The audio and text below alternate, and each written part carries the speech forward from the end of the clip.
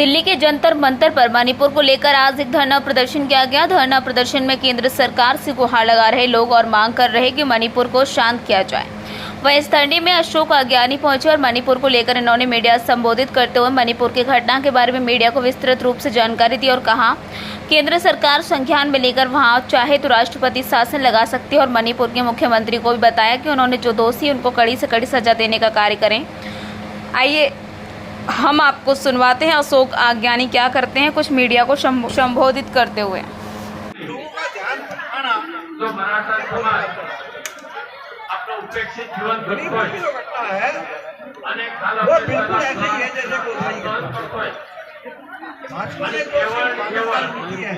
यानी जी क्या कहेंगे मणिपुर के मामले को लेकर? जिस तरह आपने देखा होगा कांग्रेस ने भी यहाँ पे मौन किया और कहीं न कहीं कुछ न कुछ घटना होती जा रही है अपनी मणिपुर को लेकर। देखिए, बहुत ही दुखद और बहुत ही शर्म की घटना है, पूरे देश के लिए शर्मसार करने वाली घटना है। जिस तरह से इस घटना को लेकर के मणिपुर की जिस तरह से ब्रिटिश की पार्लियामेंट में जिस तरह से वहाँ के सांसदों ने इस मुद्दे को उठाया, जिस तरीके से हमारे कार्यकलापों को ये सरकार बोलती थी दुनिया में डंका बज रहा है, आज डंका दूसरा बज रहा है, अपमान का और इस देश के तिरस्कार का डंका दुनिया में बज रहा है। तो हम ये कहना चाहते हैं भारत सरकार से, भारत सरकार इसमें बयान दे। और देखिए दो महीने हो गए और 2 महीने से ज़्यादा वहाँ हो गया और वहाँ पर अभी तक भी कोई घटना वहाँ रुक नहीं रही है, वहाँ पे जातीय घटना नहीं रुक रही है। और दूसरा वो जो महिलाओं को उन्होंने किया, उनमें से एक महिला उस वीर योद्धा की पत्नी है जो कारगिल में देश के लिए लड़ा, वो फौजी की पत्नी है जिसको कि इन दरिंदों ने उसको निर्वस्त्र करके उन महिलाओं को घुमाया, बलात्कार किया, उनका अपमान किया।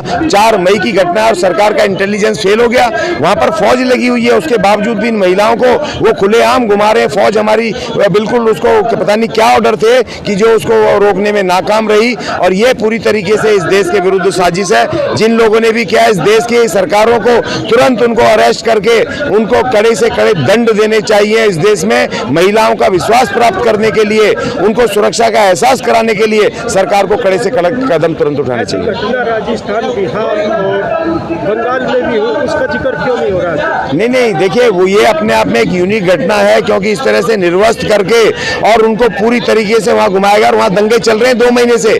देखिए पूरे देश के अंदर ये विरोधाभास होते हैं कि कहीं कहीं पे कोई घटनाएं हो जाए, वो कानून का अंग होते हैं कि वहाँ पर कोई एक घटना हो गई, हो जाती है, समाज इतना बड़ा है। लेकिन जो 2 महीने 2.5 महीने से लगातार वहाँ दंगा चल रहा है और सरकार मूक दर्शक होकर के बैठी है। कल उनके एक विधायक ने बोल दिया, बीजेपी के वहाँ के लोकल विधायक ने, कि ये राज्य स्पॉन्सर्ड ये दंगे हैं, सरकार मिली हुई है। ये उसके विधायक ने कहा, मैं नहीं कह रहा हूँ, ये कल का स्टेटमेंट है उनके बीजेपी के विधायक का। तो जब उनके अपने विधायक कह रहे हैं इस बात को कि राज्य मिला हुआ है दंगे कराने में, तो वो स्पॉन्सर्ड, उसके लिए स्पेशल उसके ऊपर बात होनी चाहिए। बिहार में या राजस्थान में कहीं पे वो विरोधाभास होते हैं, कंट्राडिक्शंस होते हैं, क्योंकि इतना बड़ा समाज है, परिवार में भी झगड़े होते हैं, वो अलग होते हैं, उसको विशेष नहीं देखा जाता। लेकिन ये लगातार 3 महीने से 2 महीने से ज्यादा चल रहा है और सरकार मूक दर्शक होकर बैठी है। इसका मतलब कि इसको विशेष रूप से इस पे विवेचना होनी चाहिए, इस पे चर्चा होनी चाहिए और सरकार को जवाब देना चाहिए। इसमें केंद्र सरकार का क्या रोल है? आखिर राज्य सरकार का कार्य होना चाहिए। देखिए केंद्र सरकार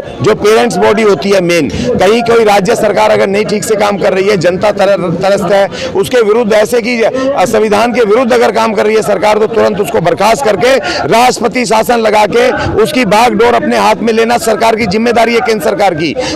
ऐसे बहुत बार हुआ है कि बहुत सारी राज्य सरकारें वो बर्खास्त हुई हैं और उसके बाद उन्होंने राष्ट्रपति शासन लगा के शांति बहाली का काम हुआ है। ऐसा ही कोई पहला मौका नहीं है। और भारत सरकार जब आपके अंडर है, आप उसको क्यों नहीं अरेस्ट कर रहे हैं? मोदी जी उसको अरेस्ट करो, जेल में डालो और वहाँ राष्ट्रपति शासन लगा के खुद अपने हाथ में लो और शांति बहाली करो। और वहाँ महिलाओं को, नौजवानों को, शिक्षकों को और वहाँ पर विद्यार्थियों को और तमाम एक नागरिक को वहाँ सुरक्षा का एहसास दिलाओ, न्याय का एहसास दिलाओ।